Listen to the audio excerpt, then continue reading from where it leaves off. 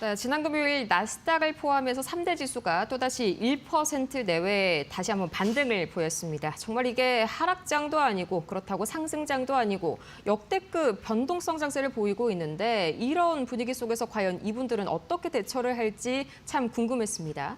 이 대한민국에서 고액 자산가분들을 가장 많이 만나시는 이분 모셔봤습니다. 김대수 신한은행 프리미어 패스파인더 WM 추진부 팀장 모시고 이야기 나눠볼게요. 어서 오세요. 네, 안녕하십니까. 네, 정말 요즘과 같은 변동성 장세에 좀 힌트를 많이 주실 만한 분을 모신 것 같아서 오늘 참 기대가 큽니다. 우선 미장 지난 금요일 상황부터 한번 볼까요? 이제 연준 2인자가 깜짝 발언을 좀 해주면서 12월 금리 인하 기대감이 많이 올라갔는데 그럼에도 불구하고 엔비디아가 뭐 1% 내렸고요. 또 오라클도 뭐 5% 하락세를 보이면서 아직까지는 시장에 좀 AI 관련해서 수익성 논란이 여전한 것 같습니다. 좀 보니까 월가 주요 인사들도 생각이 다 다른 것 같던데 팀장님은 어떻게 보실지 궁금하네요. 네, 저희가 이제 분기를 맞이할 때마다 네. 분기를 관통하는 키워드를 좀 하나 꼭 만들고 있습니다. 키워드요? 네, 네. 이번 4분기 때는 이제 버블이라고 좀 정했고요. 버블이요? 네, 이 분명히 이제 버블 장세가 온 것 같긴 한데 네. 저는 이 버블 초기 단계가 아닌가 이렇게 좀 생각을 하고 있습니다. 과거에 이제 테크 사이클을 보면 네. 보통 한 5년 정도 지속이 되었습니다. 저희가 많이 아는 닷컴 버블도 5년 정도 했고요. 네. 그 16년도 하반기부터 시작했던 우리 그 클라우드의 사이클도 한 5년 있다가 코로나 때 끝났습니다. 네. 이번 그 AI 사이클이 23년도 1월부터 시작됐다고 저희가 보고 있는데 그렇다면 23, 24, 25에서 지금 한 3년 정도 3년 지났고요. 네. 아직까지 2년 정도 좀 남아 있는 것 같습니다. 네. 그러니까 버블의 초입이긴 하지만 아직은 터지려면 뭐 2년 정도가 남았다. 이제 아직은 좀 네. 해소가 되기에는 멀었다. 이렇게 말씀을 주셨는데 네. 뭐 이게 AI 관련 문제들이 정말 역사적으로 이런 전례들이 없었지 않습니까? 네. 그러니까 좀 주요한 징후 같은 게 좀 나타나는지 이런 것도 궁금한데요. 네. 저희가 이제 버블의 전형적인 징후라고 하면 몇 가지를 꼽을 수 있는데요. 네. 첫 번째 어떤 개인들의 신용 투기들이 좀 많이 신용투기요? 예, 네. 많이 일어나고 있고요. 근데 현재는 그런 투기들은 아직까지 보이고 있지 않다. 다행이네요. 그리고 어떤 새로운 아이디어들이 많이 발생해서 그에 따른 IPO 붐도 네. 일어나는데요. 아직까지 IPO 붐도 좀 일어나고 있는 것 같지는 않습니다. 그 외에 어떤 성장주인데 적자 네. 성장주 또는 어떤 투기주들이 좀 득세해야 되는데 아직까지 그렇죠. 그렇지는 않은 것 같고요. 저는 무엇보다 이게 또 중요하다고 생각합니다. 뭔가요? 금리 인하. 금리 인하요. 네. 네. 저는 뭐 미국이 굉장히 좀 합리적이고 이상적인 국가라고 좀 보고 있습니다. 네. 그런데 이제 버블이 온다. 인플레이션이 많이 발생한다. 이러고 있는데 금리 인하를 트럼프가 앞장서서 그렇죠. 할 리가 없죠. 예, 금리 인하를 추창하고 있지는 않다고 보고 있고요. 저는 이 버블이 좀 더 주의할 단계가 왔을 때는 분명히 이 금리 인하가 이제 종료됐던 시점, 그때를 약간 주목하고 있습니다. 그래서 그때까지는 이 버블 장세가 좀 유지되지 않을까라고 보고 있습니다. 그렇죠. 이 장세가 언제까지 가느냐가 중요한 건데 그게 이제 금리 인하 종료와 맞물려서 좀 같이 터질 수 있다. 새로운 또 지표로 삼아볼 수가 있겠네요. 자, 그러면은 뭐 이어가지고 계속해서 뭐 펀더멘탈 차원에서 뭐 미국을 버리고 간다. 뭐 이런 식의 움직임은 아직까지는 좀 너무 이른 걸까요? 네, 뭐 물론 이제 단기간에 급등하고 또 계속적으로 주가가 상승해서 좀 불안한 건 사실입니다. 네. 그렇다고 해서 펀더멘탈이 탄탄한 미국을 버리고 뭐 비미국으로 옮기거나 아니면 미국의 비중을 축소한다. 네. 이런 전략을 좀 권해드리기는 어렵고요. 네. 뭐 비유를 들자면 강남 부동산이 단기간 급등하고 가격이 비싸다고 해서 네. 강남을 버리고 다른 데로 이사하는 걸 갖다 추천드리지 지방으로 못하는 가진 거나 않죠. 예, 네. 비슷한 이치라고 좀 보시면 이해가 빠를 것 같습니다. 아, 네. 그렇게 말씀을 주시니까 좀 이해가 상당히 편하네요. 그럼 이어서 이제 우리 시장 이야기도 한번 해볼 텐데 지난 금요일이었습니다. 이제 양시장이 또다시 3%대 하락을 했고요. 뭐 외인이 코스피에서 거의 3조 원 가까이 매도를 하면서 월봉을 보니까 코스피가 거의 6%대 밀렸습니다. 2년 반 만에 최대폭 하락이었는데 저는 이걸 보면서 그간의 추세가 좀 깨졌나 불안한 마음이 들더라고요. 저는 뭐 단기간에 이렇게 주가가 전고점을 깨고 4,200까지 올라갔다가 네. 지금 현재 3,800으로 조정된 거는 분명히 맞습니다만 아직까지 정책 모멘텀이 살아있고 네. 저희가 흔히 아는 뭐 배당소득세 분리과세라든지 자사주 매입 소각 이슈들 네. 그리고 또 국내 증시의 어떤 밸류에이션 정상화 과정은 여전히 진행 중이라고 좀 생각을 네. 하고 있습니다. 그에 좀 저도 금융기관에 종사를 하고 있는데요. 그렇죠. 지금 봤을 때는 어떤 예금에서 주식으로 머니 부부가 좀 많이 발생하고 예금에서 있는 게 주식이요. 좀 네. 관찰되고 있고요.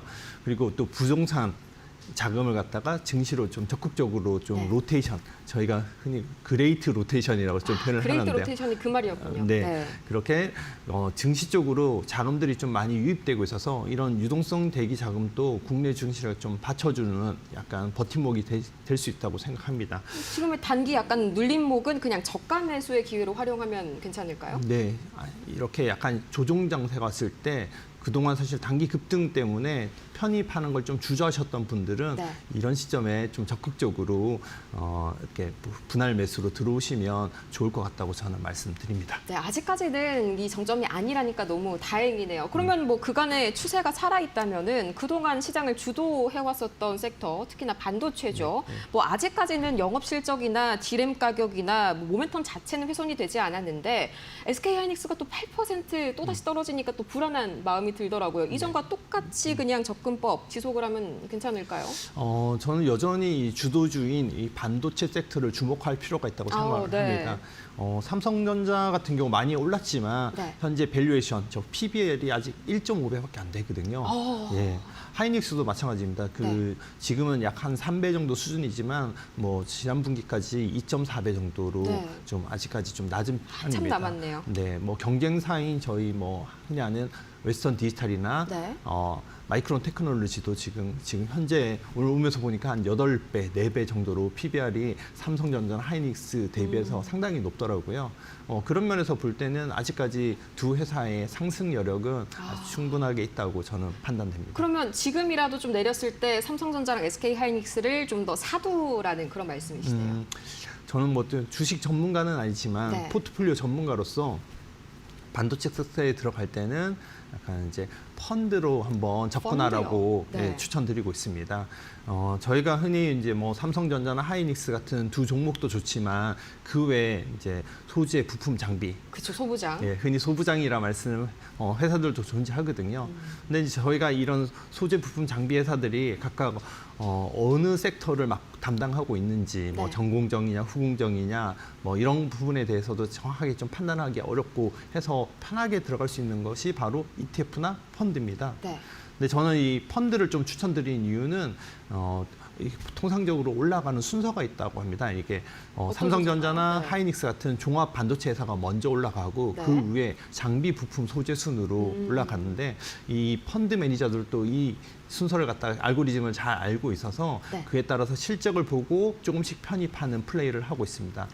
ETF도 사실 좋긴 하지만 아무래도 이게 시가총액 방식 그쵸. 또는 동일 비중 방식으로 투자하다 보니까 그런 어떤 프로세스를 갖다 좀 다 적극 반영하기에는 좀 한계가 있어서 그래서 저는 펀드를 추천드리고 있습니다. 그러니까 내가 해야 하는 고민을 이제 펀드 매니저분들이 대신 해주면서 적극적으로 좀 반영을 해줄 수가 있다는 게 바로 이 펀드의 네. 장점인 것 같습니다. 네. 그래서 궁금한 게 다른 섹터도 마찬가지로 좀 이렇게 펀드형으로 접근을 해도 괜찮을지 저는 좀 고민이 되거든요. 왜냐하면은 반도체는 이게 다 공급망으로 묶여 있는데 또 최근에 반도체랑 좀 바통을 이렇게 주고받는 제약바이오 여기는 개별 이슈가 워낙 천차만별이지 않습니까? 네. 똑같이 접근을 해도 괜찮을까요?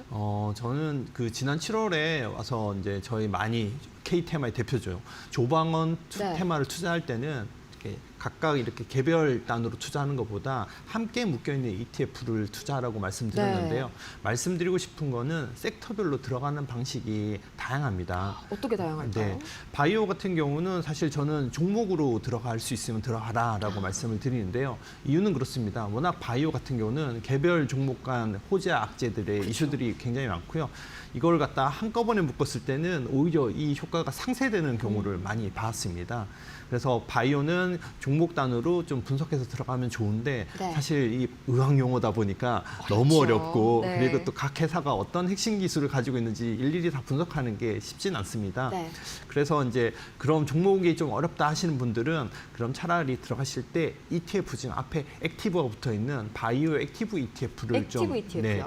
그 ETF에 이제 약간의 한 30% 비중은 이제 ETF 매니저가 좀 조정해서 호재에 있는 기업들에 좀 더 비중을 실어주는 형태로 투자하는 겁니다. 약간 좀 펀드랑 성격이 비슷하네요. 그렇죠. 네. 그래서 이런 액티브 ETF를 한번 바이오는 접근할 때 사용하시면 좋을 것 같습니다. 네, 반도체는 펀드, 그다음에 바이오 쪽은 액티브 ETF나 뭐 가능하시다면 종목으로 대응을 하시는 게 이제 섹터별로 접근법이다. 굉장히 신선하네요. 저희는 그렇죠. 계속해서 증권 이야기만 하니까요. 그렇죠. 이제 환율 이야기도 한번 해볼 텐데 원화 실질 가치가 거의 16년 만에 최저를 기록했습니다. 이게 단순히 강달러에만 좀 이유를 두기에는 뭐 상당히 절하 수준이 좀 과하지 않나 싶은데 뭐 다른 요인도 있나요? 단기적인 환율 전망까지 한번 말씀해 주시죠. 환율은 저는 당분간은 이게 고환율 국면이라고 좀 판단을 네. 하고 있습니다. 전 딱 두 가지를 말씀드리고 싶은데요. 바로 추세와 주기입니다. 추세와 주기요. 네, 저희가 좀 환율을 볼 때는 좀 장기적인 관점에서 좀 봐야 되는데 그게 바로 추세고요. 네. 추세가 볼 때는 좀 장기적으로는 좀 우상향 추세인 거는 맞는 그쵸. 것 같습니다. 저희가 코로나 때는 한 1,200원대 환율을 유지하다가 그리고 얼마 전까지는 1,400원대 그리고 지금은 1,400. 네.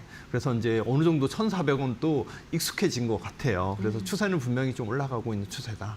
근데 여기서 또 하나 좀 아쉬운 거는 주기, 좀 짧게 보시는 이 주기 사이클도 지금 고환율 국면이라는 네. 말씀입니다. 뭐 이유는 뭐 몇 가지 있습니다. 뭐 지금 미국 금리 인하가 그렇죠. 조금 더 지연되고 있다는 것과 또 가까운 나라죠. 엔화, 또 이번에 엔화도 역대급 지금 재정 정책을 맞습니다. 발표했죠. 네. 엔화도 지금 약세 수준이고요. 그리고 3,500억 달러 대미 투자도 아직까지 클로징이 여전히 진행 중이라고 네. 말씀드리고요. 그리고 상호관세에 따른 수출 경쟁력도 좀 악화될 거로 보입니다. 그리고 뭐 외국인 투자와 한국인의 또 외국 투자를 봤을 때 이 수급 불균형은 여전합니다. 그쵸. 우리나라에서 외국 투자한 게 3분기만 해도 2.8조 달러 정도 되더라고요. 그래서 외국인이 국내 투자하는 비율보다는 압도적으로 좀 높은 수준입니다. 그래서 그런지 이제 환율이랑 코스피가 같이 이렇게 따로 가는 그 공식이 요새는 또 완전히 좀 깨진 것 같더라고요. 이제 좀 채권 이야기도 한번 해보고 싶은데 12월 금리 인하 기대감이 워낙 좀 급등을 하다 보니까 미국채 2년물의 경우에는 뭐 거의 주말 사이에 10bp 가까이가 떨어졌습니다. 이게 좀 매력도가 많이 떨어졌는데 이걸 정리를 해야 하나 싶은 분들도 계실 것 같아요. 아닙니다. 오. 이 채권도 굉장히 어떤 포트폴리오상 중요한 자산이고요. 네. 그래서 일정 부분 꼭 가져가야 될 필요가 있다고 저는 보고 있습니다. 네. 물론은 이제 뭐 국내 채권 같은 경우는 3%대 그리고 미국 채권 4%대로 지금 수익률이 뭐 요즘 미장 국장 종목만 잘 찍어도 하루만 해도 지금 네. 3, 4%는 그냥 먹는다. 그쵸. 뭐 이렇게 얘기를 하셔서 좀 덜 매력적으로 보이긴 하지만 저는 주목해야 될 거는 이제 목표 수익률을 갖다가 꼭 가져가야 되고 목표 투자를 할 때 수익률이요? 네. 그리고 일단 목표 수익률을 도달했을 경우는 일정 포션은 또 채권으로 옮겨서 안정성을 좀 확보해야 될 필요가 있다. 약간 변동성 방어 장치네요. 예. 그러면은 이 현재 시장 상황을 적용을 했을 때 이 채권 포트폴리오를 좀 어떻게 배분을 해야 할지 구체적으로 좀 한번 여쭙고 싶네요. 현재 버전으로는 그 한국 채권 1 그리고 미국 채권을 갖다 한 2 정도 가져가시라고. 1대2요? 네. 뭐 이유는 간단합니다. 미국이 지금 현재 기준금리도 높고 그쵸. 그리고 금리 인하 폭도 지금 좀 저희 나라보다는 높은 편입니다. 그래서 네. 두 가지 이유 때문에 미국 추천에 조금 더 힘을 싣고 있는 수준이고요. 기술적으로 말씀드리면 국내 채권 같은 경우 단기 크레딧 채권 네. 그리고 회사채, 우량 회사채를 좀 선별해서 직접 투자하라고 제가 권해드리고 있고요. 네. 미국 투자 같은 경우는 절세 채권이 아직까지는 좋긴 한데 그동안 이제 금리 인하를 계속 바라보고 저쿠폰, 그쵸. 쿠폰이 0.25 정도 되는 저쿠폰 장기채를 사신 분들은 이게 도대체 언제 되느냐 이렇게 기다리기 지루하셨을 건데요. 그래서 차라리 지금 시중에 유통되고 있는 발행채권들, 발행채권 금리가 지금 4% 후반대입니다. 그래서 상당히 차라리 높네요. 네. 그런 채권을 갖다 구입하시는 게 그래도 좀 금리 인하를 기다리는 걸 갖다 좀 견딜 수 있는 그런 효과를 갖다 볼 수 있지 않을까 해서 그렇게 추천을 드리고 있습니다. 그러면은 절세는 어느 정도 좀 포기를 하더라도 지금 상황에서는 4%대 후반대에 이 네. 채권을 매입을 하는 게 훨씬 더 이제 이런 수익성을 방어하는데 유효할 것이다. 이렇게 한번 정리를 해볼 수가 있겠네요. 네. 또 제가 너무 궁금했던 게 이 고액 자산가분들을 정말 많이 뭐 대한민국에서 제일 많이 보시지 않습니까? 그렇죠. 이럴 때 이 고액 투자분들은 어떻게 좀 변동성 가득한 장세에서 대처하실지 뭐 한두 푼을 잃는 게 아니시잖아요. 네. 저희가 사실 지금 자산가들은 활발하게 어떤 자산 밸런스를 갖다 재조정하고 계십니다. 연초에 사실 안전자산과 위험자산을 5대5로 투자하셨던 분들은 5대5요, 네. 지금 시점에서 밸런스를 딱 보면 아마 위험자산이 7, 그 안전자산이 3 정도 비중으로 지금 바뀌어 있을 겁니다. 네. 그러신 분들은 지금 좀 위험자산을 갖다가 줄이고 안전자산을 좀 더 높여서 네. 그런 이제 밸런스를 갖다가 좀 다시 맞출 필요가 있다고 보고요. 그리고 대치 상품 제가 뭐 많이 강조는 안 했지만 롱숏 펀드 같은 롱숏 펀드요? 펀드를 통해서 어느 정도 하락을 좀 방어하는 투자도 많이 하시고 계십니다. 이 롱숏 펀드가 뭔지 좀 한마디 정도로 간략하게 설명 부탁드려도 될까요? 주식을 갖다 꼭 사는 쪽만 플레이를 하지 않고 네. 사는 쪽과 파는 쪽을 동시에 투자함으로써 변동성 장세를 좀 방어할 수 있는 그런 전략을 롱숏 전략이라고 합니다. 요즘처럼 뭐 네. 거의 하루 만에 3%대씩 왔다 갔다 하는 시장에서는 정말 좀 방어적인 측면에서 매력적인 상품이네요. 롱숏 펀드. 네. 네, 그럼 이어서 이제 최근에 현장에서 직접 이런 투자 상품의 트렌드를 보실 텐데 이것도 좀 연초랑 많이 바뀌었을 네. 것 같습니다. 요즘 트렌드는 좀 어떤 건가요? 확실히 뭐 제가 앞전에도 말씀드렸지만 약간 지금은 머니무브랑 그레이트 로테이션 그래서 네. 주식 자금으로 자금이 많이 유입되는 추세는 분명한 것 같습니다. 그만큼 좀 투자 대기 자금은 충분히 있다라고 말씀을 드리고요. 네.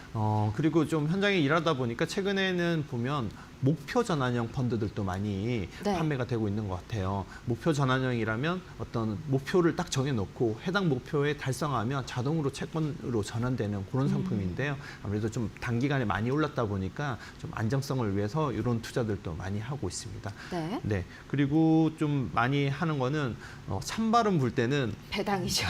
그렇습니다. 네. 요즘 배당주 투자에 대해서 문의도 굉장히 많으신데요. 네. 뭐 아무래도 세법이 좀 인하된다는 부분에 대한 기대감도 있는 반면에 또 고배당 펀드도 그 대상 펀드에 편입돼서 네. 그래서 효과를 볼 수 있지 않아요. 이 두 가지 이유 때문에 고배당주 펀드도 많이 문의하고 있습니다. 네, 그다음에 뭐 해외 상장 ETF 여기 관련해서도 건보료 관련 좀 혜택이 있던데 이 네. 부분도 잠깐 좀 여쭤봐도 될까요? 해외 ETF 많이 하시는데요. 네. 뭐 손익통상, 뭐 분리과세 이런 것들은 다 알고 계실 것 같고요. 저는 한 가지 강조드리고 싶은 거는 해외 주식 같은 경우는 네. 양도소득세입니다. 네. 배당소득세가 아니고요. 양도소득세는 사실 건강보험료의 대상에서 제외가 됩니다. 네. 그래서 해외 주식 하는 거 부분에 대해서는 건강보험료 혜택도 있기 때문에 이 부분도 꼭 한번 강조드리고 싶습니다. 네, 그러면은 정말 마지막으로 연말 포트폴리오 전략 구체적으로 몇 대 몇 이렇게 명쾌하게 한번 한마디로 정리해 주시죠. 저는 주식, 채권, 대체, 유동성을 갖다가 3대 3대 3대 1 비중으로 3대 3대 3대 1이요. 가져가시고요. 그중에서 주식 비중은 해외 주식, 국내 주식을 반반 정도 이렇게 네. 가져가시는 게 좋을 것 네, 같습니다. 국내와 해외 주식 반반까지 명확하게 한번 선을 그어주시니까 저도 네. 속이 시원하네요. 네, 이렇게 해서 오늘 김대수 신한은행 프리미어 패스파인더 WM 추진부 팀장 모시고 이야기 나눠봤습니다. 좋은 말씀 고맙습니다. 감사합니다.